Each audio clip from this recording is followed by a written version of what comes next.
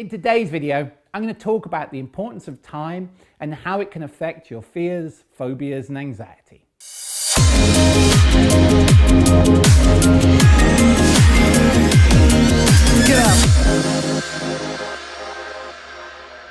Hi, I'm Christopher Paul Jones, the Breakthrough Expert. So, when it comes to your fears, when it comes to your phobias, when it comes to your anxiety, you tend to have a place you're focusing on, i.e. the future, worrying all about the what ifs, or the past, i.e. a past negative event that you constantly trigger, so your mind goes back there whenever you think about that thing in future. So a simple example would be a turbulent flight when you were little, and then whenever you think about getting on a plane, your mind, or at least be it subconsciously, is going back to that past negative fear. So how do you work out where your mind is in terms of history, in terms of past, present, and future? Well, we need some very complicated tools here. We need a pen and a piece of paper. So all you do is make a line, and this represents your life, history. And we do the present in the middle, and we do the future and the past. And then we can also do the recent past and the recent future, or near future. And then we can do distant future, distant past. So we can have 5 points. You can have more if you like, but that tends to be quite a good way to do it.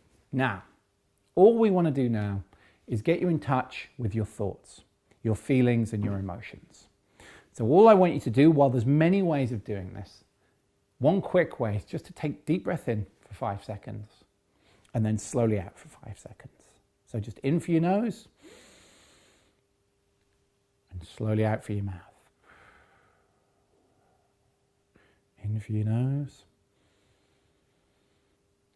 and out for your mouth. And just do that for a few minutes.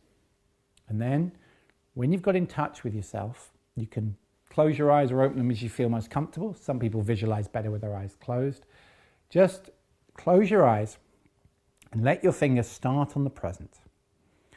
And as each thought, each worry, each fear comes into your mind, notice, where does it lie? Does it lie in the past?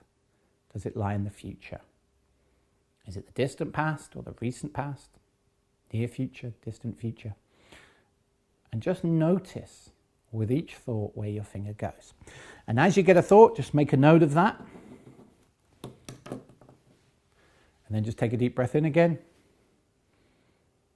And just keep doing that. And just keep doing that for a few minutes or 10 minutes, wherever as long as you need to really explore all those thoughts. Now, why is this important? Well, the main reason is to know where to focus in order to make the change.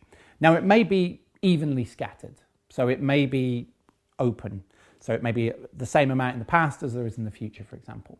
But for many of you, there'll be one significant over the other. So 90% of your thoughts will be in the past or the future.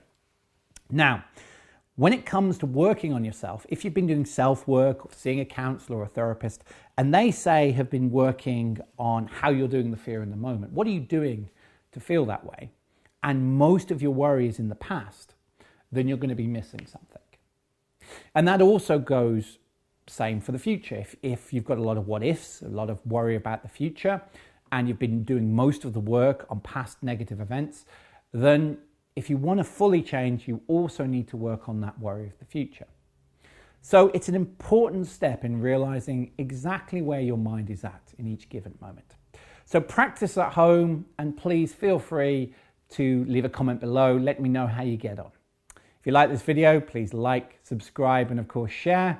And until next time, I'm Christopher Paul Jones.